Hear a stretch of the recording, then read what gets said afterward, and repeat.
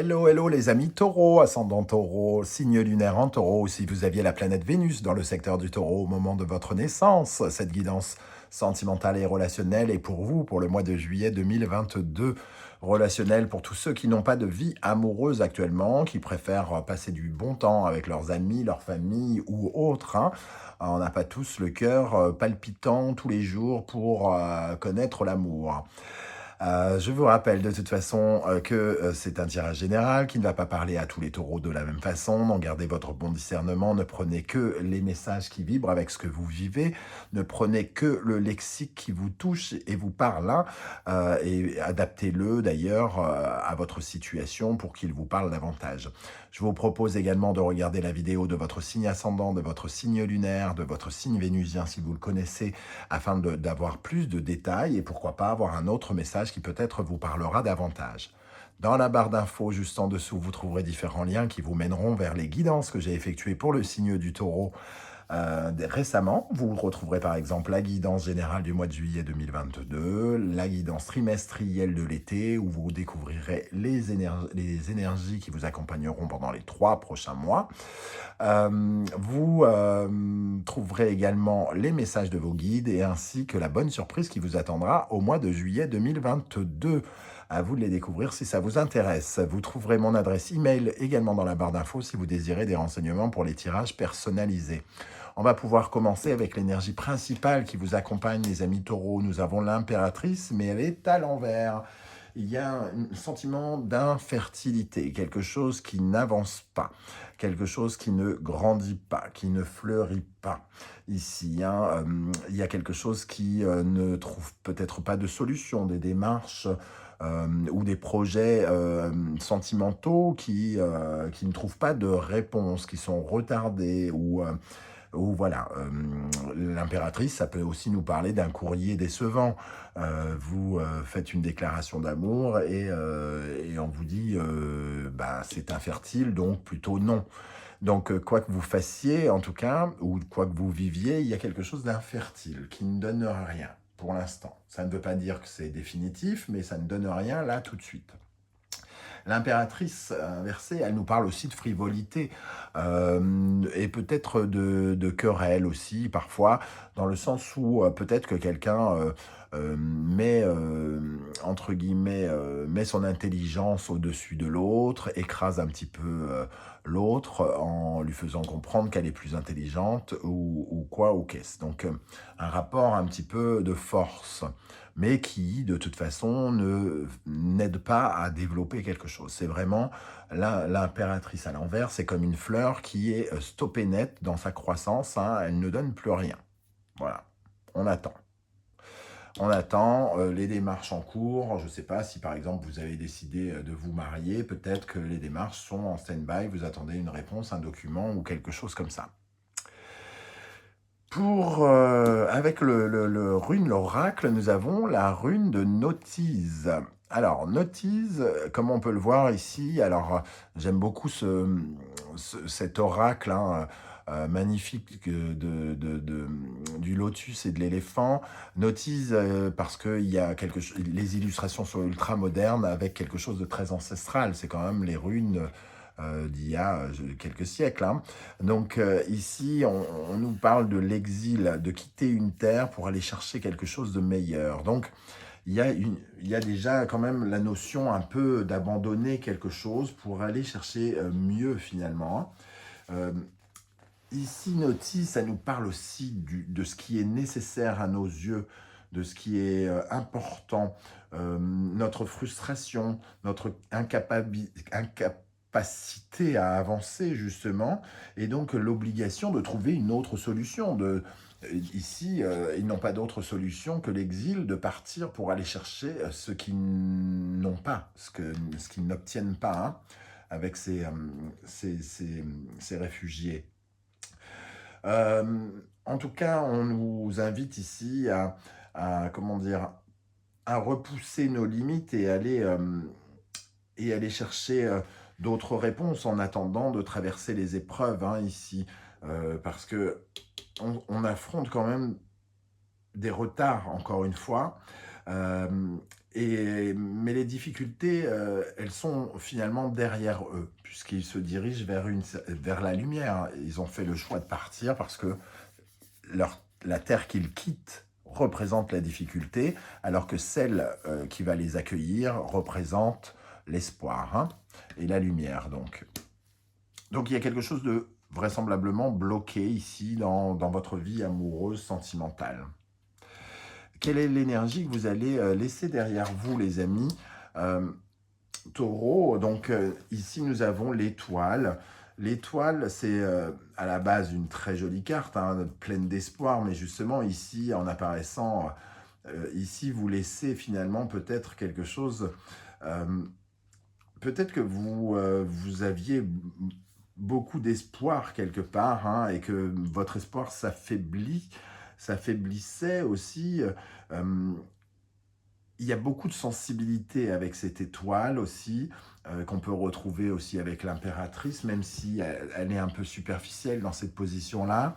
L'étoile, elle, nous parle quand même d'une perte un peu d'espoir, peut-être, parce que justement, les choses ne se passent peut-être pas telles que vous l'imaginiez. Il faut retrouver l'espoir par rapport à ce qui est bloqué et c'est ça que vous laissez derrière vous. Peut-être que vous retrouvez un peu d'espoir ce mois-ci, on verra avec le reste des énergies.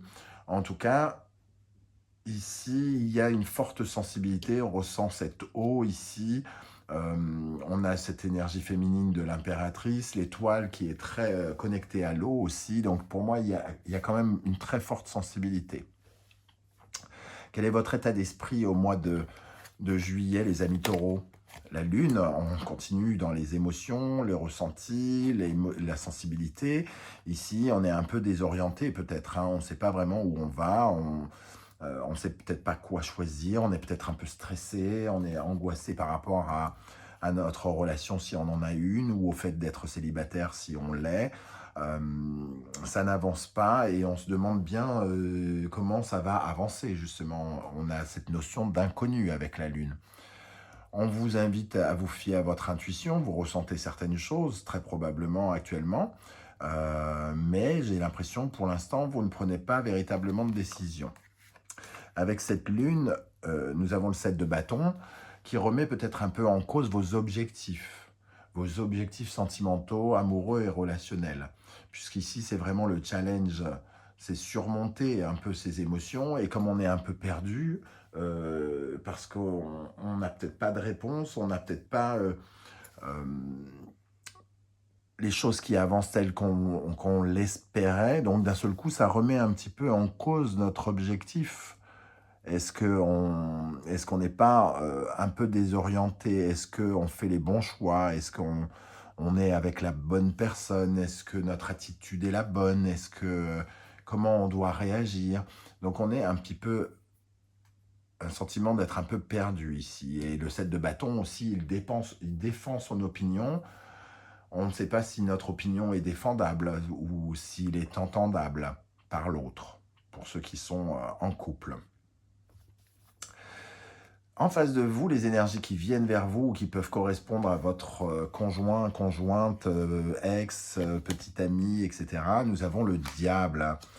Donc on se sent quand même très soumis à quelque chose, ou alors c'est nous qui dominons, hein, mais il y a un rapport un petit peu de force ici, dans le fait qu'on se sente peut-être un peu emprisonné par quelque chose, un peu bloqué aussi, mais aussi ça réveille certaines peurs, certaines choses. Avec le diable, on a toujours des chaînes, hein, qui nous tiennent prisonniers, une addiction. Soit on est extrêmement jaloux, possessif, il y a soit quelque chose de cet ordre-là, ou soit on est au contraire avec l'impératrice, on peut être dans le charme et dans la frivolité un petit peu, hein. Donc on peut avoir peur peut-être de l'attitude de quelqu'un, de l'autre ou de la nôtre, hein, de notre instabilité peut-être, sensuelle, sexuelle et physique. Donc il peut y avoir un rapport déjà avec la jalousie ou les choses comme ça. Mais en tout cas, on est un peu maintenu prisonnier, hein, un peu comme si on avait une paire de menottes ici par quelque chose. Soit c'est de la dépendance amoureuse, soit c'est des énergies un peu malsaines qui nous tiennent, ou soit on a affaire à quelqu'un qui est machiavélique, hein, qui se joue un peu de nous en face, hein, ce qui est possible aussi, et on est peut-être un peu perdu par rapport à cela dans ce cas-là. Émotionnellement, ça nous submerge un petit peu et on a l'impression que les choses n'avancent pas, en tout cas. Avec le diable, on a le 4 de coupe. On touche à quelque chose d'assez passionné, hein, quand même, hein, avec ces deux énergies. Mais le 4 de couple, il est en mode observateur et il est un petit peu, comment dire, il est un peu ennuyé, il est un peu frustré en fait. Il y a quelque chose de très frustré. Alors, est-ce qu'on est frustré sexuellement pour certains? On peut être là, hein, parce qu'il y a des échanges. Il y a aussi un sentiment qui peut réveiller des tensions. Alors, est-ce que ça manque de sensualité peut-être pour certains couples? On a des doutes parce qu'il y a un peu de sensualité qui s'est envolée. Il y a peut-être moins de rapprochement sensuel et amoureux, sexuel. Et ça peut créer peut-être des tensions ici. On ressent des tensions. Et on ne sait plus trop comment ça avance. On sent on est dans une période où il n'y a rien qui fleurit, hein. Bon, les énergies, comment elles progressent ici? L'ermite, donc on se retrouve un peu seul, hein, seul à affronter les choses, seul à peut-être essayer de les comprendre. On se retrouve mis à l'écart ou on se met à l'écart volontairement pour essayer de comprendre à l'intérieur de soi et avoir des réponses, pour essayer de comprendre ce qui se passe, comment on peut peut-être arranger les choses qui ne se passent pas totalement comme on l'aurait voulu. Et avec le valier de bâton, on essaye de savoir si on a encore la flamme, j'ai l'impression, hein, si on a encore envie d'y aller, si on a encore envie de cette aventure, ou on est en quête d'aventure, entre guillemets, hein, parce que le cavalier de bâton, c'est celui qui a envie de voyager, c'est celui qui est en quête d'aventure, et c'est celui qui porte aussi le feu, hein, la flamme, l'amour. Donc il y a ici une passion qui peut être comment dire, a besoin d'être rééquilibré avec le cadre de coupe, hein. On essaye de rééquilibrer certaines émotions qui ont tendance à partir peut-être vers la colère, vers la frustration, vers la possessivité, la jalousie, vers la dépendance. Et ici, on essaye de réfléchir sans doute à cette passion, à ce que l'on vit, à la flamme que l'on ressent à l'intérieur de nous. Le conseil du tarot, le fou. Il faut se libérer de quelque chose, hein. Il faut se libérer, il faut voir d'une autre façon et sans doute tourner le dos à certaines choses. Alors, certains pourraient se dire qu'il faut tourner le dos à cette personne, hein, parce qu'elle est peut-être machiavélique, elle n'apporte peut-être plus la flamme qu'elle est censée amener. Ici, on va chercher la lumière sur d'autres territoires, hein, donc peut-être que certains vont se sentir concernés comme ça, et cette solitude ici, elle remet en question peut-être aussi la relation, parce que comme elle est infertile, il y a des questions à se poser, entre guillemets. Et on se demande comment on rallume la mèche ou comment on part, pour certains, hein. Avec le fou, la reine d'épée, elle prend des décisions. Alors là, on pourrait carrément prendre la décision de partir, la décision de se libérer, mais de se libérer comment? Quelle décision on prend? Il y a 1000 décisions à prendre pour se libérer de sa possessivité, sa dépendance affective, de la manipulation de quelqu'un. Donc ça dépend dans quelle situation vous vous retrouvez. Mais la reine d'épée, elle a beaucoup de discernement. Elle a beaucoup de discernement sur le fait de recommencer quelque chose, de retrouver sa liberté, hein. Le fou, c'est aussi reprendre sa liberté. Mais reprendre sa liberté, ça ne veut pas dire rompre forcément, ça veut dire reprendre le pouvoir sur sa vie. C'est-à-dire si on est totalement possessif, on peut trouver le pouvoir de se débarrasser de ça et de s'aventurer sur d'autres terres que la jalousie, par exemple, ou la possessivité. Pour terminer, nous avons l'énergie du soleil. Donc, j'ai l'impression quand même que ce qu'on cherche ici à comprendre, on le trouve en fin du mois avec le soleil, hein, qui apporte des solutions pour nous permettre d'avancer. Et nous avons l'impératrice qui, elle, redevient fertile. Donc, il y a quelque chose qui se refertilise dans le courant du mois. Donc, ici, c'est passager, j'ai l'impression, c'est une sorte de petite crise passagère, on se pose des questions, peut-être parce que l'autre ne répond pas à nos attentes, parce que l'autre a une attitude qui nous fait peut-être un peu peur, ici, parce que son attitude nous frustre ou nous ennuie, parce qu'il y a une certaine tendance peut-être à la tension et au conflit. On se pose des questions sur les relations, mais il y a quelque chose qui s'éclaircit et qui nous permet de redevenir le créateur de notre monde et de refaire fleurir quelque chose. Alors, quelle qu'en soit la décision que l'on peut prendre en fin de mois, en tout cas, elle nous permet de nous sentir vivants dans notre vie sentimentale et amoureuse. Alors, on va essayer de regarder un petit peu les célibataires, parce que j'ai beaucoup parlé de ceux qui vraisemblablement seraient en couple.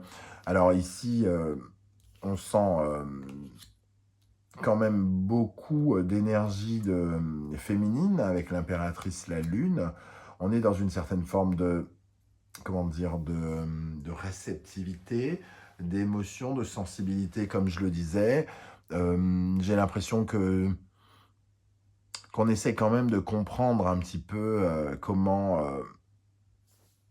réengendrer quelque chose dans notre vie sentimentale et amoureuse, plutôt que, plutôt que, plutôt que d'être vraiment dans la création. C'est plutôt à la fin du mois où on pourrait commencer à avoir envie de créer quelque chose.